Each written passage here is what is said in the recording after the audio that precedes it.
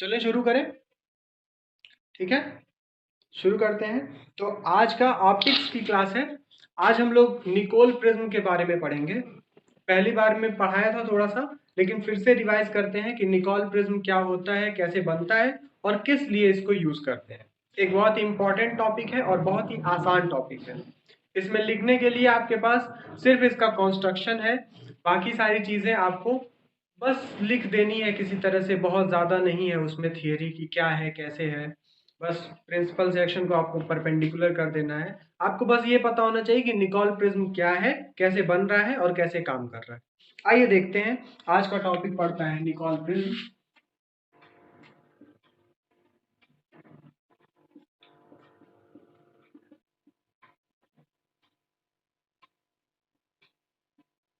ठीक है, Nicol prism.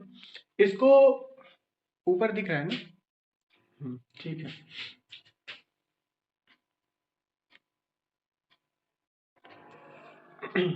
देखिएगा, निकोल प्रिज्म को बनाया था विलियम निकोल ने।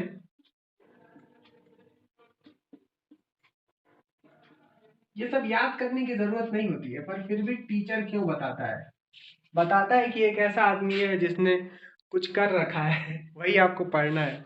ये मोटिवेशन है, आप भी कुछ कीजिए। ठीक है, अब दिख ही नहीं रहा वो विलियम निकोल वाला। चलिए कोई बात नहीं है, विलियम निकोल लिखा है, नहीं दिख रहा है, कोई बात नहीं है। अब इसको सेट करेंगे तो दिक्कत हो जाएगी फिर। जैसे सेट हो गया हो गया। देखिए क्या करते हैं, सबसे पहले हम एक कैल्साइट क्रिस्टल लेते हैं। ठीक है, कैल्साइट का क्रिस्टल लेते हैं। आपको पता है कैल्साइट क्रिस्टल के बारे में, आप बहुत सारी चीजें आप जान चुके हैं। जैसे कैल्साइट क्रिस्टल को आप एक वन शॉट रिव्यू दें तो क्या बोलेंगे? कहेंगे रोम्बोहेड्रल क्रिस्टल होता है कैल्साइट का। 78 डिग्री 102 डिग्री इसमें एंगल होते हैं, सभी फेसेस पैरेललोग्राम होते हैं, है ना? और इसका जो प्रिंसिपल सेक्शन होता है 71 डिग्री और 119 डिग्री, शायद 112 डिग्री।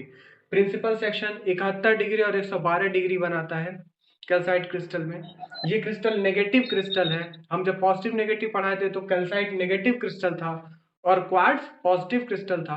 तो कैल्साइट के बारे में आप इतनी जानकारी जानते हैं। और भी जानते हैं इसका ऑप्टिक एक्सिस कहाँ से जाता है। इसका ऑप्टिक एक्सिस इसके ब्लंट कॉर्नर्स ए और एच से जाता है। ठीक है ना?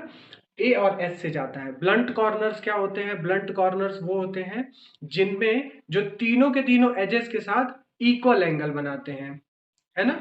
तो ए और एच ऐसे दो ब्लंट कॉर्नर्स हैं जो तीनों एजेस के साथ 102 डिग्री का एंगल बनाते हैं। ठीक है, तो ये तो कैल्साइट क्रिस्टल के बारे में आप जानते हैं। कैल्साइट क्रिस्टल और कुछ नहीं है, जैसे मार्बल का जो क्रिस्टल होता है ना, कैल्शियम कार्बोनेट का ही क्रिस्टल कैल्साइट क्रिस्टल होता है। तो मान लीजिए आप एक कैल्साइट क्रिस्टल ले लीजिए।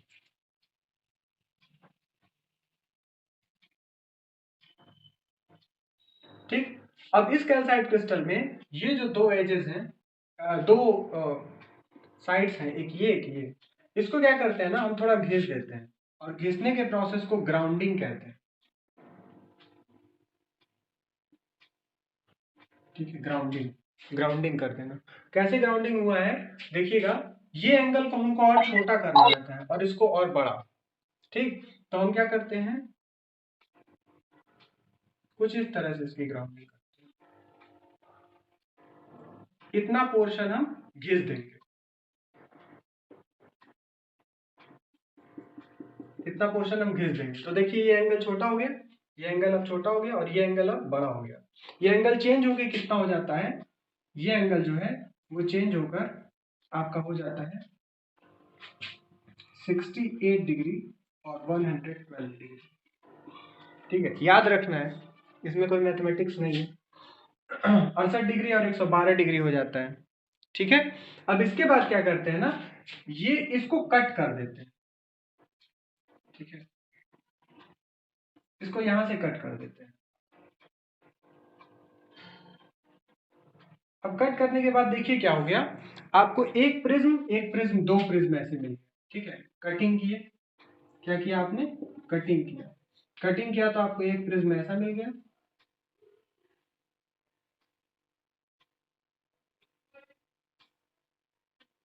और दूसरा प्रिज्म ऐसा मिल गया। उसको बना लीजिएगा, देख लीजिए, ऐसा एक प्रिज्म मिल गया। ठीक है, तो ये देखिए आपको दो प्रिज्म्स मिले हैं, पहला प्रिज्म ये मिला है, दूसरा प्रिज्म ये मिला है। ठीक, प्रिज्म क्या है, तीन सरफेसेस से जो घिरा हुआ होता है उसी को तो प्रिज्म कहते हैं। क्योंकि ये एक 3 डायमेंशनल ज्योमेट्री थी, इसको आपने काट दिया तो आपको दो प्रिज्म मिल गया, इसीलिए इसको प्रिज्म नाम दिया गया, निकोल का बनाया हुआ प्रिज्म। ठीक है, निकोल का बनाया हुआ प्रिज्म, इसीलिए इसको प्रिज्म नाम दिया गया। ठीक, ये क्या है, प्रिज्म से। अब देखिए क्या करते हैं, इन प्रिज्म को फिर से जोड़ते हैं। ठीक है, फिर से इन दोनों प्रिज्म को जोड़ते हैं। ठीक, इस प्रोसेस को कहते हैं सीमेंटिंग। सर पहला वाला डायग्राम फिर से बता दीजिए। पहला वाला डायग्राम ये, यस सर। एक कैल्साइट सर एक बार रिपीट कर दीजिए। अभी शुरू ही नहीं किया सर, रिपीट कर दीजिए, क्या बात है। एक कैल्साइट नेटवर्क वीक है सर। अच्छा सुनिए, कट जाता है तो कैसा लगता है पूरा छूट गया। देखिए देखिए, कैल्साइट क्रिस्टल, कैल्साइट का क्रिस्टल लिया, ये कैल्साइट क्रिस्टल है, इसको ऐसे और ऐसे ग्राउंड किया, घिस दिया, ऐसे पकड़ के घिसा। ठीक है, लेकिन स्पेशल तरीके से घिसा, ऐसा घिसा कि ये एंगल छोटा हो जाए, 68 डिग्री हो जाए। एक 71 डिग्री एंगल होता है, 68 डिग्री हो गया, और ये एंगल क्या हो जाए, बड़ा हो जाए। देखिए पहले एंगल इतना था और घिसने के बाद ये एंगल कैसा हो गया, वाइड हो गया, और ये एंगल पहले इतना पूरा था पर घिसने के बाद ये एंगल कम हो गया, तो अब वो एंगल कितना हो गया, 68 और 112 डिग्री।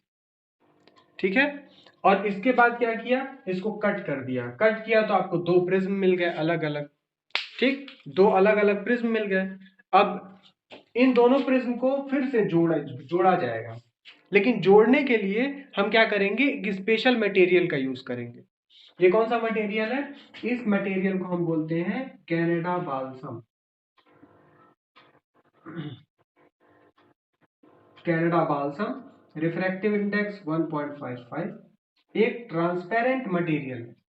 ठीक है, एक ट्रांसपेरेंट मटेरियल है जिससे इसको जोड़ते हैं। ठीक है, तो देखिए कैसे जोड़ेंगे, जोड़ने पर क्या होगा,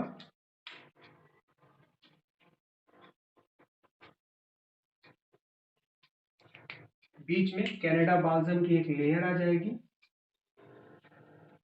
इस तरीके की। ठीक है, बीच में इसको कैनेडा बाल्सम लगाया हमने बीच में, और उसको ले जाके प्रेस कर दिया, सीमेंट जोड़ दिया इसको। ठीक है, तो फिर से अब देखिए यहाँ कैनेडा पर बाल्सम है क्या? कैल्साइट क्या है, कैल्साइट एक क्रिस्टल का नाम है। कैनेडा बाल्सम भी एक मटेरियल का नाम है। बात समझ में आ गई, डरिए मत। ठीक है, जैसे आपको प्लास्टर ऑफ पेरिस कहा जाता है, प्लास्टर ऑफ पेरिस क्या होता है, वो एक टाइप का मटेरियल होता है, प्लास्टर ऑफ पेरिस एक मटेरियल होता है। इसी तरह से कैनेडा बाल्सम भी एक मटेरियल है, इससे घबराने की जरूरत नहीं। ठीक है, एक ट्रांसपेरेंट मटेरियल है जिसका रिफ्रैक्टिव इंडेक्स है 1.55, जिससे इसको ले आकर जोड़ दिया गया। ठीक, अब इसके बाद क्या किया गया, इसके बाद इस पे लेयर लगाते हैं, एब्जॉर्बिंग लेयर लगाते हैं। ठीक है, एब्जॉर्बिंग, तो ये कनाडा में बनता है क्या? हाँ कनाडा में बनता होगा तभी लिखा गया है। एब्जॉर्बिंग लेयर लगाते हैं, कहाँ कहाँ लगाते हैं, इस पे एब्जॉर्बिंग लेयर एक ऊपर लगाते हैं यहाँ पर, और एक नीचे वाले सरफेस पे लगाते हैं। ठीक, तो ये कैसा बन के तैयार हो जाता है, वो तो बन ही गया है ना।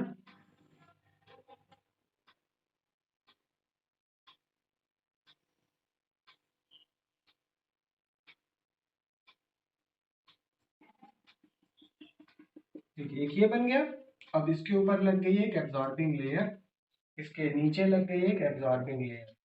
ठीक है, और ये जो स्ट्रक्चर आपका बन के तैयार हुआ, इसी को आप क्या नाम देते हैं, निकोल प्रिज्म। ठीक, एक बार और रिवाइज करते हैं। कैल्साइट क्रिस्टल लिया आपने, उसके दोनों दोनों एजेस को, दोनों फेसेस को घिस दिया, जिससे कि ये एंगल आपको 68 डिग्री और 112 डिग्री मिल जाए, घिसने को ग्राउंडिंग कह रहे हैं। अब इसके बाद जब ये एंगल ऐसा आपको मिल जाए तो बीच में से काट दीजिए, 112 डिग्री वाले में से काटना है, ऐसे काट दिया आपने, काट दिया तो आपको 2 प्रिज्म मिल गए। अब इन दोनों प्रिज्म को आपने कनाडा बाल्सम की हेल्प से जोड़ दिया। अभी आपको ये नहीं समझ में आ रहा है क्यों इसको फिर से जोड़ दिए, ठीक है? तो ये क्या नाम है, जोड़ने का प्रोसेस आपको अभी पता चल जाएगा क्यों जोड़ा गया, क्या इसका काम है, ठीक? फिलहाल बस इसको जोड़ दिया गया और जोड़ने के बाद इसके ऊपर एब्जॉर्बिंग लेयर लगा दी गई, तो जो आपका स्ट्रक्चर बन के तैयार हुआ इसी को क्या कहा गया, निकोल प्रिज्म। किसी को कोई परेशानी?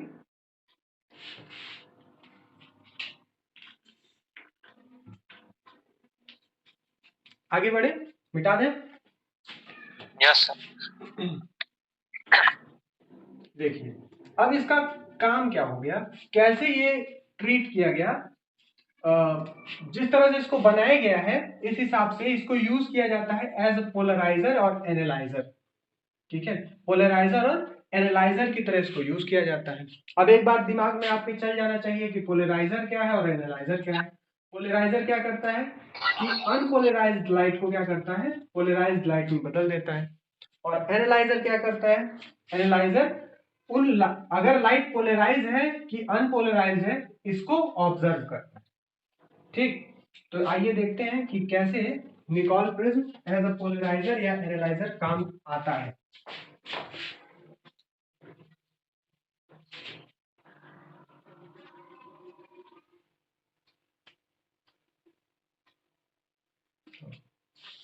देखिए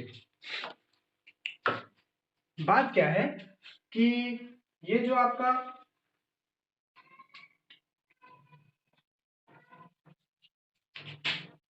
जो निकोल प्रिज्म है,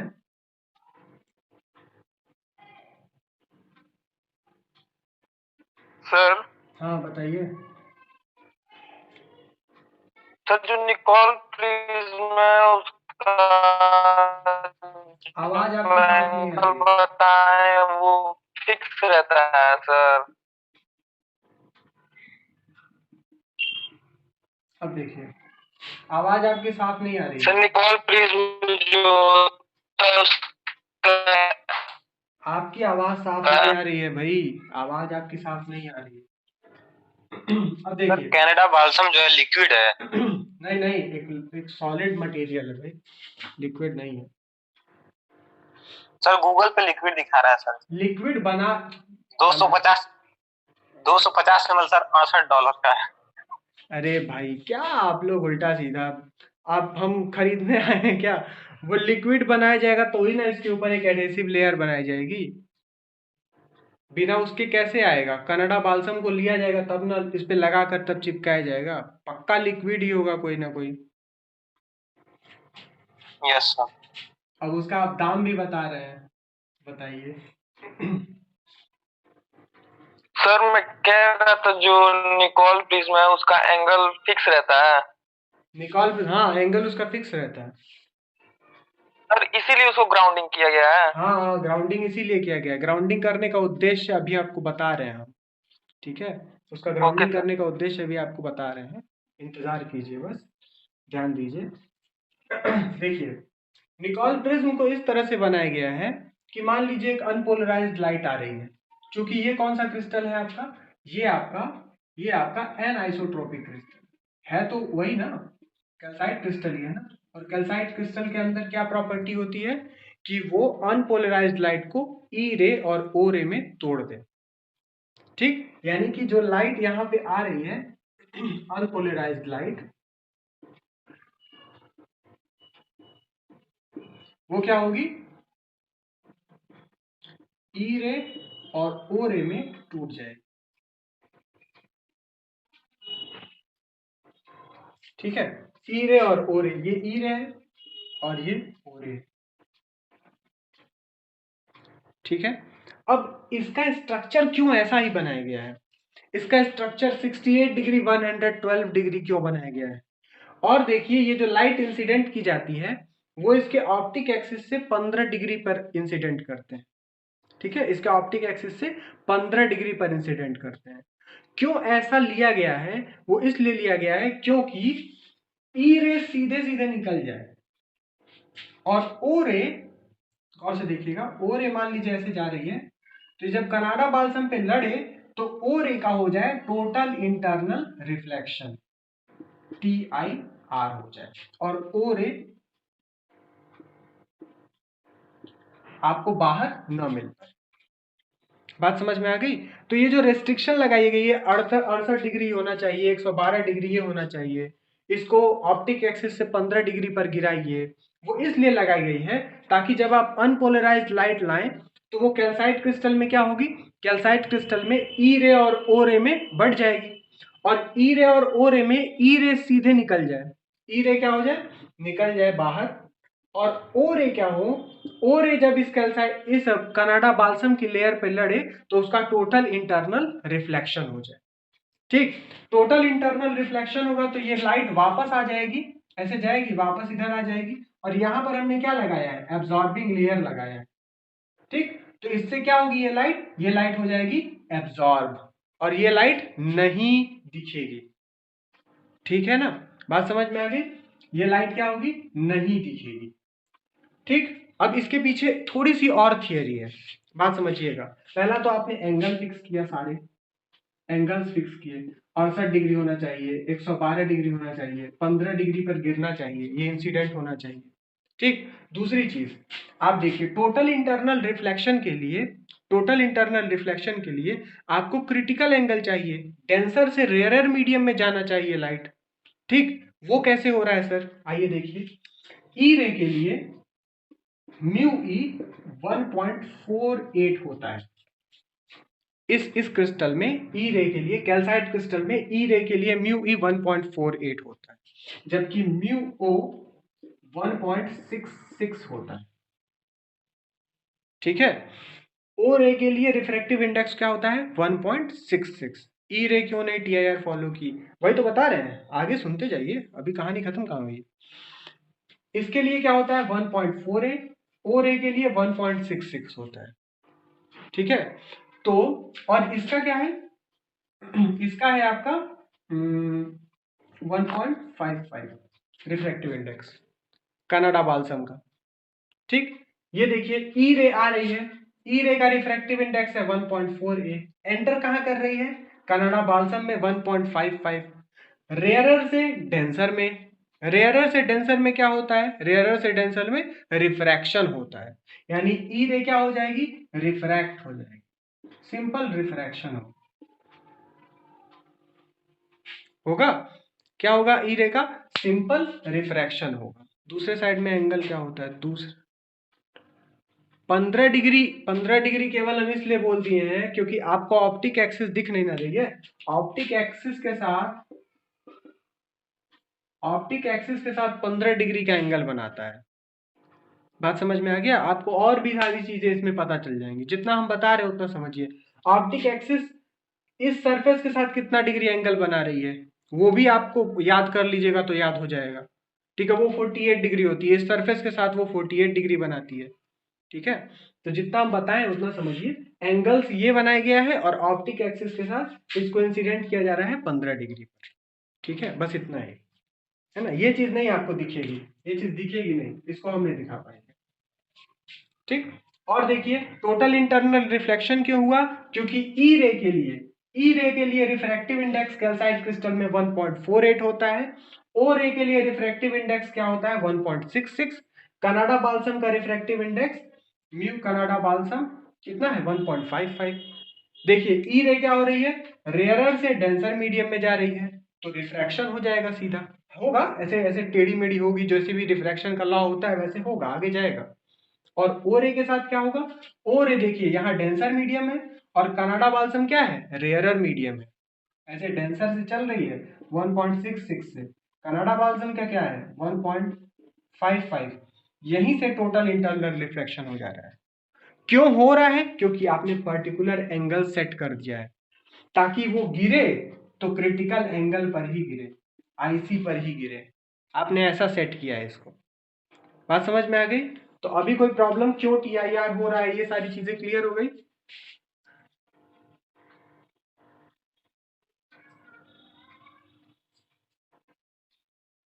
क्लियर है? ठीक है सर ये ई रे की जो वैल्यू वो फिक्स है सर, किस चीज की, सर ई रे की, ई रे के रिफ्रैक्टिव इंडेक्स और ओ रे के, यस सर। देखिए, आप फिलहाल तो समझिए फिक्स ही है, हालांकि ई रे जो है ऐसे इंसिडेंस कर रहा है, अगर अगर क्रिस्टल हम बदल देते हैं तो ई रे का रिफ्रैक्टिव इंडेक्स बदल जाएगा, क्रिस्टल के ओरिएंटेशन के साथ ई रे का रिफ्रैक्टिव इंडेक्स बदल जाएगा, बदलेगा ना। लेकिन ये निगेटिव क्रिस्टल है। Yes sir. ठीक, निगेटिव क्रिस्टल में हम लोग रिफ्रैक्टिव इंडेक्स की मैक्सिमम वैल्यू लेते हैं, जो मैक्सिमम वैल्यू इसकी 1.48 ही है। बात समझ में आ गया? हर केस में मियो ओ जो है ओ रे की रिफ्रैक्टिव इंडेक्स हमेशा अधिक रहेगी हाँ, से। नहीं, ये कैल्साइट क्रिस्टल है भाई, उसमें निगेटिव क्रिस्टल है। आप कहाँ थे पिछले? निगेटिव क्रिस्टल है ये। निगेटिव क्रिस्टल में म्यू ओ ग्रेटर देन म्यू ई होता है, इसलिए है। आप क्वार्ट्ज पढ़िएगा तो उसमें कुछ और हो सकता है। ठीक है, यस सर, ठीक है। क्लियर है? आगे बढ़े। सर जो मतलब रिफ्लेक्शन हुआ है, जो हम लोग ग्राउंड करके जो एंगल फिक्स पा रहा है उसकी वजह से वो हो रहा है। हाँ, उसी वजह से हो रहा है। हम लोग ये सारा सेटिंग इसलिए कर रहे हैं, ये सारा सेटिंग इसलिए कर रहे हैं ताकि जब ओ रे इस पर गिरे। हाँ, एक और सेटिंग है, भूल गया। ये जो लेंथ है ना एल, और इसकी विड्थ होगी कुछ, इसकी चौड़ाई कुछ होगी, ठीक है ना। मान लीजिए वो एक्स है, तो एक्स का 3 गुना होना चाहिए एल, यानी L is equal to 3x। जितनी ये मोटाई है इसकी, उससे 3 गुना लेंथ होना चाहिए। ये सारा कुछ सेटिंग क्यों किया जा रहा है? ये सारी चीजें की जा रही है ताकि आपको ये जो गिरे वो क्रिटिकल एंगल पे उनके।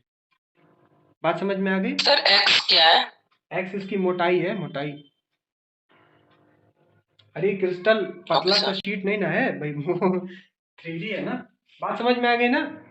तो ये सारी चीजें नोट्स में लिखी हुई है, कोई प्रॉब्लम नहीं है। आपको समझ गए तो ठीक है, आगे बढ़े। यस सर, क्लियर है। चलिए, क्लियर है। Yes sir. तो ये हो गया कि कैसे होता है कैल्साइट क्रिस्टल। अरे इसमें निकोल प्रिज्म में टोटल इंटरनल रिफ्रैक्शन। और इस घटना के बाद हो क्या रहा है? इस घटना के बाद अगर आप यहाँ पर देखिए तो आपको मिल रही है प्लेन पोलराइज्ड लाइट। भले ये ई रे है पर है तो प्लेन पोलराइज्ड है ना। तो ये जो प्रोसेस है, ये है क्या है? ये है production of plane polarised light. बात समझ में आ गई कि ये क्या है? ये प्रोडक्शन है प्लेन पोलराइज्ड लाइट का। निकोल प्रिज्म का आप यूज कीजिए, ये सारी कंडीशन लगाइए तो आपको प्लेन पोलराइज्ड मिल जाएगी आउटसाइड में, ठीक है ना। तो यही है, इसी के हेल्प से आपने, निकोल प्रिज्म की हेल्प से आपने प्रोडक्शन कर लिया। अब चेक करना है तो ये निकोल प्रिज्म तो इस केस में किस तरह बिहेव किया? अगर प्रोड्यूस कर रहा है तो ये किस तरह बिहेव किया? As a polariser. पोलराइजर का क्या काम होता है कि अनपोलराइज्ड लाइट को प्लेन पोलराइज्ड लाइट में बदल दे। तो यही काम कर रहा है, इसलिए निकोल प्रिज्म किस तरह बिहेव कर रहा है? पोलराइजर की तरह, ठीक है। अब देखिए डिटेक्शन कैसे होगा, प्लेन पोलराइज्ड लाइट का डिटेक्शन कैसे होगा, इसको देखिए।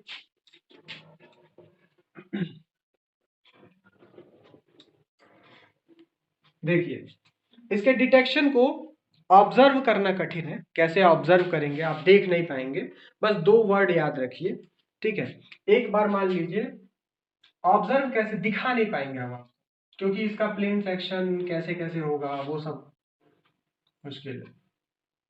देखिए, मान लीजिए एक बार आपने एक ये ले लिया, निकोल प्रिज्म ले लिया, और ये Nicol prism as a polariser लिया, ठीक है, एज अ पोलराइजर लिया। तो अनपोलराइज्ड लाइट आएगी तो क्या होगा? इसका एक पोर्शन यहां जाएगा, एब्जॉर्ब हो जाएगा, और एक पोर्शन जो है बाहर निकल जाएगा, जो कि प्लेन पोलराइज्ड हो। ठीक, अब ये कौन सी लाइट है? ये अनपोलराइज्ड लाइट, ठीक है। ये ई रे है, प्लेन पोलराइज्ड लाइट है, ई रे है। अब क्या कीजिए, ये एक पोलराइजर है, पोलराइजर की तरह बिहेव कर रहा है। एक और निकोल प्रिज्म ले आइए, और उसको ऐसा रखिए, उस निकोल प्रिज्म को, कि उसका जो प्रिंसिपल सेक्शन है, उस निकोल प्रिज्म का जो क्या हुआ? उस निकोल प्रिज्म का जो प्रिंसिपल सेक्शन है वो पहले पोलराइजर के प्रिंसिपल सेक्शन के पैरेलल हो। ठीक है, तो मान लीजिए ये वाला निकोल प्रिज्म एनालाइजर है, ये वाला निकोल प्रिज्म एनालाइजर है, तो principal section of analyser is parallel to polariser. ठीक है, principal section of analyser is parallel to polariser. ठीक, तो अगर ये केस आपका रखते हैं आप, तो क्या होगा कि ई रे जिस तरह से आ रही थी, ठीक, वैसे ही इसमें से रिफ्रैक्ट करके निकल जाएगी और आउटसाइड में भी आपको प्लेन पोलराइज्ड लाइट मिलेगी। ठीक है ना, कोई बात नहीं, अगर आपका नेटवर्क वीक है, आप क्लास ज्वाइन किए हुए, हम इसको अपलोड कर लेंगे, आप लोग देख लीजिएगा। ठीक है, जितना समझ में आ रहा है उतना कर लीजिए, हम अपलोड कर देंगे। इसीलिए तो हम इस YouTube चैनल बनाए, ताकि आप लोगों का कुछ छूटे ना लास्ट में। ठीक है, तो ये देखिए आउटसाइड में आपको क्या मिल जाएगा, आउटसाइड में आपको मिल जाएगा plane polarised light with full of intensity. ठीक है ना, आपको यहाँ पे क्या मिलेगी, प्लेन पोलराइज्ड लाइट। अब अगर आपने क्या किया, इस एनालाइजर को ऐसा घुमाया, इस एनालाइजर को ऐसे, वन सेकेंड अभी हम कर देते हैं। ठीक है, पहले सुन लीजिए बात, सुन लीजिए। अब इस एनालाइजर को आपने ऐसा घुमाया कि principal section of analyser is perpendicular to polariser. ठीक है, अगर ऐसा कर देंगे आप, तो ये ई रे इस वाले एनालाइजर के लिए ओ रे की तरह बिहेव करेगी। ठीक है, ओ रे की तरह बिहेव करेगी, और इस ई रे का क्या हो जाएगा, इस ई रे का टोटल इंटरनल रिफ्लेक्शन हो जाएगा। ठीक, और यहां पर आपको इंटेंसिटी क्या मिलेगी, 0 मिलेगी। आप फिर से 90 डिग्री घुमाएंगे, अभी 90 घुमाया था, आप फिर से 90 घुमाएंगे, तो फिर से प्रिंसिपल सेक्शन पैरेलल होगा, आपको फिर से इंटेंस लाइट मिलेगी। आप फिर से 90 डिग्री घुमाएंगे, फिर से प्रिंसिपल सेक्शन परपेंडिकुलर होगा, आपको फिर से 0 इंटेंसिटी मिलेगी। ठीक, तो इस तरह से आपको हर 90 डिग्री के रोटेशन पे इंटेंसिटी बदलती हुई मिल रही है, यानी एक कंप्लीट रोटेशन में इंटेंसिटी 2 बार मैक्सिमम हो रही है और 2 बार 0 हो रही है। तो इससे पता चल जा रहा है, जब इंटेंसिटी 2 बार मैक्सिमम 2 बार 0 होती है, तो क्या होती है वो लाइट, प्लेन पोलराइज्ड लाइट होती है ना। तो इससे पता चल रहा है कि जो ये लाइट है वो कौन सी लाइट है, प्लेन पोलराइज्ड लाइट है। ठीक, इस तरह से आप निकोल प्रिज्म को एनालाइजर की तरह यूज किए। इतनी बात क्लियर हो गई, तो रिवाइज करें आगे। बात क्लियर है? यस सर क्लियर है सर। ठीक है, देखिए क्या क्या किए निकोल प्रिज्म में, कैसे बनाए थे। एक हम लोगों ने लिया था कैल्साइट क्रिस्टल, उसको ग्राउंड किया था। ठीक, उसको ग्राउंड किया, ग्राउंड करने के बाद एंगल फिक्स किए 68 डिग्री 112 डिग्री, फिर उसको काट दिया, काट के बीच में कनाडा बाल्सम भर दिया, भर के फिर से चिपका दिया, चिपकाने के बाद ऊपर नीचे एब्जॉर्बिंग लेयर लगा दी। ठीक, तो इस तरह से आपका निकोल प्रिज्म तैयार हो गया। अब निकोल प्रिज्म में यही फिगर इतना ले लीजिए, इतना फिगर आप ले लीजिए, तो ये पोलराइजर है। निकोल प्रिज्म में जब आप एंटर करेंगे अनपोलराइज्ड लाइट, ठीक, तो चूंकि ये कैल्साइट क्रिस्टल एक एनआइसोट्रोपिक क्रिस्टल है, ठीक, तो एनआइसोट्रोपिक क्रिस्टल से क्या होगा, दो सेक्शंस में क्या बोलते हैं, स्प्लिट कर जाएगी लाइट, ई रे और ओ रे में। हम ये दिखा दिए कि ई रे के लिए रिफ्रैक्टिव इंडेक्स कितना होता है, 1.48, और वो 48, और ओ रे के लिए रिफ्रैक्टिव इंडेक्स होता है 1.66। ये दोनों रिफ्रैक्टिव इंडेक्स होता है, और कनाडा बाल्सम का रिफ्रैक्टिव इंडेक्स होता है 1.55। तो जब ये दोनों मिलेंगे, यानी ई रे जब जाएगी तो ये कनाडा बाल्सम से रिफ्रैक्ट होकर जाएगी, जबकि जब ओ रे जाएगी तो कनाडा बाल्सम के साथ क्या होगा, टोटल इंटरनल रिफ्रैक्शन होगा। ठीक, तो ओ रे क्या हो जाएगी, एब्जॉर्ब हो जाएगी, और आपको आउटपुट में क्या मिलेगी, सिर्फ और सिर्फ ई रे, जो कि है प्लेन पोलराइज्ड। तो ये प्रोसेस है प्लेन पोलराइज्ड लाइट का प्रोडक्शन। फिर आप क्या किए, एक एनालाइजर इसके सामने ले आके रखे, और पहले केस में प्रिंसिपल सेक्शन एनालाइजर का पोलराइजर के पैरेलल रखे। ठीक है, तो आपको इंटेंस लाइट मिली। फिर एनालाइजर को 90 डिग्री घुमा दिए, तो प्रिंसिपल सेक्शन इसके पोलराइजर के परपेंडिकुलर हो गया, तो आपको 0 इंटेंसिटी मिलेगी। फिर 90 घुमाइएगा तो फिर ब्राइट मिलेगा, फिर 90 घुमाइएगा तो फिर 0 इंटेंसिटी मिलेगा, क्योंकि एक कंप्लीट 360 में 2 बार आपको ब्राइट मिल रहा है और 2 बार जीरो इंटेंसिटी मिल रहा है, इसलिए आप कह देंगे कि ये प्लेन पोलराइज्ड लाइट है। अभी क्लियर हो गया? कोई डाउट किसी को? सर इंटेंसिटी कैसे हो रहा है वही नहीं समझ में आ रहा है। क्या चीज? एनालाइजर को 90 डिग्री पे घुमाए हैं तो इंटेंसिटी 0 हुआ है, कैसे? प्रिंसिपल सेक्शन आप नहीं देख पा रहे हैं, इसीलिए हम खुद ही नहीं देख पा रहे हैं प्रिंसिपल सेक्शन। ठीक है, एनालाइजर में तो आपको दिखता है कि ट्रांसमिशन एक्सिस कैसी है, उसी तरह का इसमें भी प्रिंसिपल सेक्शन होता है, उसको घुमाएंगे तो 0 हो जाएगा। ठीक है, हाँ बताइए।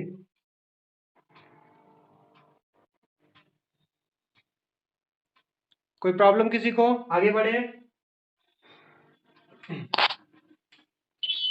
मतलब प्रिंसिपल सेक्शन को सर देख नहीं सकते इसे, देख नहीं सकते सर। हाँ बताइए।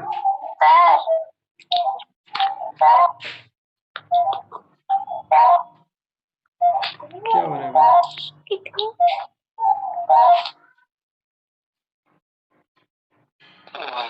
पहले सवाल का जवाब दे देते हैं। प्रिंसिपल सेक्शन को आप देख सकते हैं, पर इस केस में हम नहीं दिखा सकते हैं। ठीक है ना, आपको दिखाए है प्रिंसिपल सेक्शन। पिछले वीडियो में पोलराइजेशन का लेक्चर 6 था, उसमें हम आपको दिखाए हैं कि किस तरह से प्रिंसिपल सेक्शन आप देख सकते हैं। ठीक है, पर यहाँ पर आपको नहीं दिखा पाएंगे हम। ठीक है, प्रिंसिपल सेक्शन यहाँ पर आपको दिखाएंगे तो कंफ्यूजन ही कंफ्यूजन हो जाएगी। ठीक है, कुछ नेटवर्क इशू है, इसलिए आप लोग टाइप ही कीजिए। ठीक, अब चलिए आगे हम देखते हैं। ये था निकोल प्रिज्म, सिर्फ छोटी सी कहानी है, कैसे कंस्ट्रक्ट किया आपने, कैसे इसका पोलराइजर की तरह यूज किया और कैसे एनालाइजर की तरह यूज किया। ठीक, आइए अब देखते हैं कि ई रे और ओ रे में फेज डिफरेंस कैसे निकालते हैं। ठीक है, तो हेडिंग हमारी होगी, बहुत छोटी सी हेडिंग है, फेज डिफरेंस बिटवीन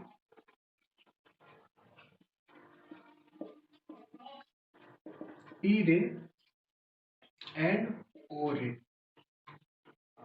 देखिएगा जरा कि आप जो पाथ डिफरेंस, आप रिफ्रैक्टिव इंडेक्स लिखते हैं, है ना, मान लीजिए कि एक इतना बड़ा सा आपका